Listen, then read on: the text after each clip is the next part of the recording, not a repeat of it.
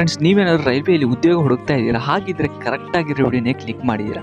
ಏಕೆಂದರೆ ಈ ಒಂದು ವಿಡಿಯೋದಲ್ಲಿ ನಿಮಗೆ ಕಂಪ್ಲೀಟ್ ರೈಲ್ವೆ ಜಾಬ್ ಬಗ್ಗೆ ಕಂಪ್ಲೀಟ್ ಇನ್ಫಾರ್ಮೇಷನ್ ಸಿಗುತ್ತೆ. ಸೊ ವಿಡಿಯೋನ ಯಾರು ಕೂಡ ಮಿಸ್ ಮಾಡ್ಕೋಬೇಡಿ, ಕಂಪ್ಲೀಟಾಗಿ ನೋಡಿ, ಓಕೆನಾ? Hi hello friends, welcome back to our new video. Friends, ಇದು ಹೊಸ ವಿಡಿಯೋದಲ್ಲಿ 10ನೇ ತರಗತಿ 12ನೇ ತರಗತಿ ITA ಪಾಸಾದ ಅಭ್ಯರ್ಥಿಗಳಿಗೆ ರೈಲ್ವೆ ಇಲಾಖೆಯಲ್ಲಿ ಹೊಸ ಅಧಿಸೂಚನೆಯಲ್ಲಿ ಹೊಸ ಹುದ್ದೆಗಳಿಗೆ ಅರ್ಜಿಗಳನ್ನು ಕರೆಯಲಾಗಿದೆ. ಇದು ಕಂಪ್ಲೀಟ್ 2025ನೇ ಸಾಲಿನ ಹೊಸ ನೇಮಕಾತಿ ಆಗಿರುತ್ತೆ. ಇದು ನಮ್ಮ ಕರ್ನಾಟಕದ ಪ್ರತಿಯೊಂದು ಜಿಲ್ಲೆಯಿಂದ ಕೂಡ ಅರ್ಜಿನ ಸಲ್ಲಿಸ್ಬೋದಾಗಿರುತ್ತೆ. ಇನ್ನು ಪುರುಷರು ಕೂಡ ಅರ್ಜಿನ ಸಲ್ಲಿಸ್ಬೋದು ಮತ್ತು ಮಹಿಳೆಯರು ಕೂಡ ಅರ್ಜಿನ ಸಲ್ಲಿಸ್ಬೋದಾಗಿರುತ್ತೆ. ಇನ್ನು ವಿಡಿಯೋ ಮಾಡೋದು ಸ್ವಲ್ಪ ಲೇಟ್ ಆಗಿದೆ, ಅರ್ಜಿ ಬಿಟ್ಟು ತುಂಬ ದಿನ ಆಯಿತು, ಬಟ್ ಇನ್ನು ಸ್ವಲ್ಪ ದಿನ ಇದೆ. ಸೊ ಅದಕ್ಕೆ ವೀಡಿಯೋಸ್ ನಿಮಗೆ ಬೇಕಂದರೆ ಸೊ ನೀವು ಬೆಲ್ ನೋಟಿಫಿಕೇಷನ್ನ ಆನ್ ಮಾಡ್ಕೊಳ್ಳಿ ಮತ್ತು ಹಾಗೆ ಪಕ್ಕದಲ್ಲಿರೋ ಸಬ್ಸ್ಕ್ರೈಬ್ ಬಟನ್ನ ತಟ್ಟಿಬಿಡಿ, ಓಕೆನಾ? ಒಂದಲ್ಲ ಎರಡಲ್ಲ ಫ್ರೆಂಡ್ಸ್, ಬರೋಬ್ಬರಿ 32,000ಕ್ಕೂ ಅಧಿಕ ಹುದ್ದೆಗಳನ್ನು ಕರೆಯಲಾಗಿದೆ. ಇಲ್ಲಿ ನೋಡ್ತಾ ಇರ್ಬೋದು, ನಾನು ಇಲ್ಲಿ ಹಾಗಿರ್ತೀನಿ ನೋಡಿ, ಇಲ್ಲಿ ನೋಡ್ತಾ ಇರ್ಬೋದು ನೀವು ಇಲ್ಲಿ. ಮತ್ತು SC/ST ಮತ್ತು OBC ಅಭ್ಯರ್ಥಿಗಳು ವಯಸ್ಸಿನ ಸಡಿಲಿಕೆ ಇರ್ತದೆ, ಎಷ್ಟು ಹೇಗೆ ಅಂತ ನಾನು ವೀಡಿಯೋ ಮುಂದೆ ಹೇಳ್ತೀನಿ. ಸೊ ವಿಡಿಯೋನ ಯಾರು ಕೂಡ ಮಿಸ್ ಮಾಡ್ಕೊಬಿಡಿ, ಕಂಪ್ಲೀಟಾಗಿ ನೋಡಿ, ಓಕೆನಾ? ಇನ್ನು ಮತ್ತೊಂದು ಡೌಟ್ ಏನಂದರೆ, ಪರೀಕ್ಷೆ ಇರುತ್ತೋ ಅಲ್ಲೋ ಅಂತ ನಿಮ್ಮ ಡೌಟ್ ಇರ್ಬೋದು. ಸೊ ಅದನ್ನು ಕೂಡ ಮುಂದೆ ನೋಡೋಣ, ಏನೇನಿರುತ್ತೆ ಏನೇನಿದೆ ಅಂತ ಹೇಳ್ಬಿಟ್ಟು. ಮತ್ತು ಆಫಿಷಿಯಲ್ ನೋಟಿಫಿಕೇಷನ್ ಮತ್ತು ಅಪ್ಲೈ ಲಿಂಕ್ ಕೂಡ ನಾನು ಕೊಟ್ಟಿರ್ತೀನಿ. ಸೊ ಯಾರು ಕೂಡ ವರಿ ಮಾಡೋ ಅವಶ್ಯಕತೆ ಇಲ್ಲ. ಸೊ ಫ್ರೆಂಡ್ಸ್, ನಿಮ್ಮ ಹತ್ರ ಒಂದು ಚಿಕ್ಕ ರಿಕ್ವೆಸ್ಟ್ ಇದೆ. ನೀವೇನು ಮಾಡಬೇಕಂದ್ರೆ ಈ ವಿಡಿಯೋಗೊಂದು ಲೈಕ್ ಮಾಡಿ ಮತ್ತು ನೀವು ಯಾವ ಊರಿಂದ ನೋಡ್ತೀರ ಅಂತ ಒಂದು ಚಿಕ್ಕ ಕಮೆಂಟ್ ಹಾಕಿ. ನಮಗೂ ಕೂಡ ಅದು ಗೊತ್ತಾಗುತ್ತೆ ನೀವು ಯಾವ ಊರಿಂದ ನೋಡ್ತಾ ಇದ್ದೀರಿ ಅಂತ. ಹಾಗಿದ್ರೆ ನಿಮ್ಮ ಟೈಮ್ನ ನಾನು ಜಾಸ್ತಿ ವೇಸ್ಟ್ ಮಾಡಲ್ಲ, ವಿಡಿಯೋ ಬಗ್ಗೆ ಕಂಪ್ಲೀಟ್ ಇನ್ಫಾರ್ಮೇಷನ್ ತಿಳ್ಕೊಳ್ಳೋಣ. ಸೊ ಬನ್ನಿ, ಹಾಗಿದ್ರೆ ವಿಡಿಯೋನ ಸ್ಟಾರ್ಟ್ ಮಾಡೋಣ. ಇದು ಪ್ರೀತಿ ಅಭಿಮಾನದ ಸಾಮ್ರಾಜ್ಯ. ಈ ಸಾಮ್ರಾಜ್ಯಕ್ಕೆ ನಾನೇ ಸಾಮ್ರಾಟ್.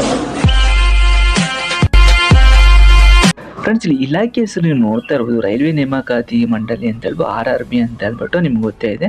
ಸೊ ಹುದ್ದೆಗಳ ಸಂಖ್ಯೆ ನೋಡಿದ್ರೆ ಅವಾಗೆ ಹೇಳ್ದಂಗೆ 32,000ಕ್ಕೂ ಅಧಿಕ ಹುದ್ದೆಗಳನ್ನು ಕರೆಯಲಾಗಿದೆ.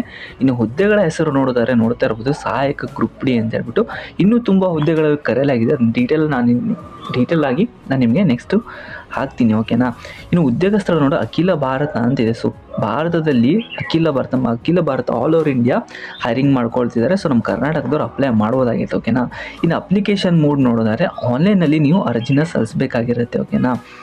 ಇನ್ನು ಫ್ರೆಂಡ್ಸ್, ಇನ್ನು ಹುದ್ದೆಗಳ ವಿವರ ನೋಡೋದಾದರೆ ಇಲ್ಲಿ ನೀವು ನೋಡ್ತಾ ಇರ್ಬೋದು, ಇದಿಷ್ಟು ಹುದ್ದೆಗಳಿಗೆ ಅರ್ಜಿಗಳನ್ನು ನೀವು ಇಲ್ಲಿ ಕರೆಯಲಾಗಿದೆ. ಇಲ್ಲಿ ನೋಡ್ತಾ ಇರ್ಬೋದು. ಒಂದ್ಸಲ ವೀಡಿಯೋನ ಪೌಸ್ ಮಾಡಿ ಓದ್ಕೊಳ್ಳಿ, ಏಕೆಂದರೆ ಫುಲ್ಲು ಡೀಟೇಲಾಗಿ ಹೋಗ್ತಾ ಇದ್ದರೆ ವೀಡಿಯೋ ತುಂಬ ಲೆಂದಿ ಆಗುತ್ತೆ, ಓಕೆನಾ?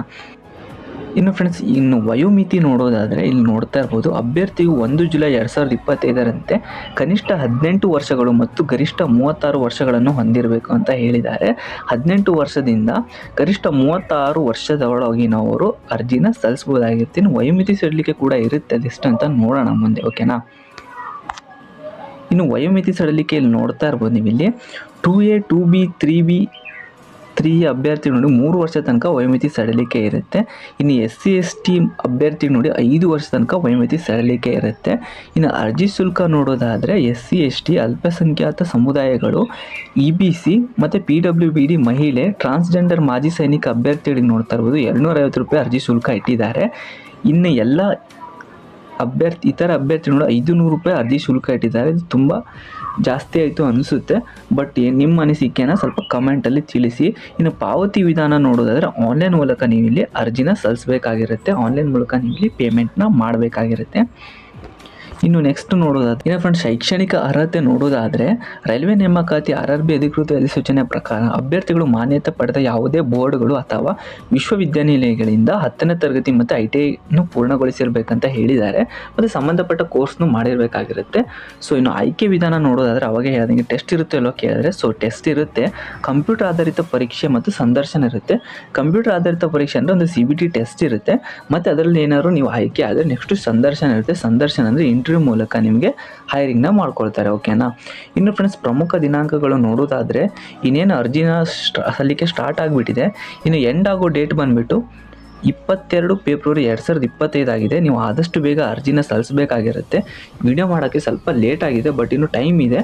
ಸೊ ನೀವು ಬೇಗ ಅರ್ಜಿನ ಸಲ್ಲಿಸಬೇಕಾಗಿರುತ್ತೆ. ಇನ್ನೂ ಹೆಚ್ಚಿನ ಮಾಹಿತಿಗಳು ನಾನು ಡಿಸ್ಕ್ರಿಪ್ಷನ್ ಕೊಟ್ಟಿರ್ತೀನಿ, ಮತ್ತು ಆಫಿಷಿಯಲ್ ನೋಟಿಫಿಕೇಷನ್ ಕೂಡ ಇನ್ನೂ ಹೆಚ್ಚಿನ ಮಾಹಿತಿಗಳಾಗಲಿ ಮತ್ತು ಆಫಿಷಿಯಲ್ ನೋಟಿಫಿಕೇಷನ್ ಎಲ್ಲ ನಾನು ಡಿಸ್ಕ್ರಿಪ್ಷನಲ್ಲಿ ಕೊಟ್ಟಿರ್ತೀನಿ. ಅಪ್ಲೈ ಲಿಂಕ್ ಕೂಡ ಡಿಸ್ಕ್ರಿಪ್ಷನ್ ಕೊಟ್ಟಿದ್ದೀನಿ, ನೀವು ಅಲ್ಲಿಂದ ಕೂಡ ಅಪ್ಲೈನ ಮಾಡ್ಕೋಬೋದಾಗಿರುತ್ತೆ. ಇನ್ನು ಆಫಿಷಿಯಲ್ ನೋಟಿಫಿಕೇಷನ್ ಕೂಡ ಕೊಟ್ಟಿರ್ತೀನಿ, ಒಂದ್ಸಲ ನೀವು ಬೇಕಾದರೆ ಓದ್ಕೊಳ್ಳಿ. ವಿಡಿಯೋ ಅಷ್ಟಾದ್ರೆ ಲೈಕ್ ಮಾಡಿ, ಫ್ರೆಂಡ್ಸ್ ಆ್ಯಂಡ್ ಫ್ಯಾಮಿಲಿ ಶೇರ್ ಮಾಡಿ. Thank you for watching guys. ನೀವೇನಾದ್ರು ವರ್ಕ್ ಫ್ರಮ್ ಜಾಬ್ ಹುಡುಕ್ತಾ ಇದ್ದರೆ ಡಿಸ್ಕ್ರಿಪ್ಷನ್ ಒಂದಿಷ್ಟು ಲಿಂಕ್ ಕೊಟ್ಟಿರ್ತೀನಿ, ನಮ್ಮ ಚಾನಲ್ನ ಚೆಕ್ಔಟ್ ಮಾಡಿ. ಹಾಗೆ ವಿಡಿಯೋನ ಲೈಕ್ ಮಾಡಿ, friends and family share. Thank you.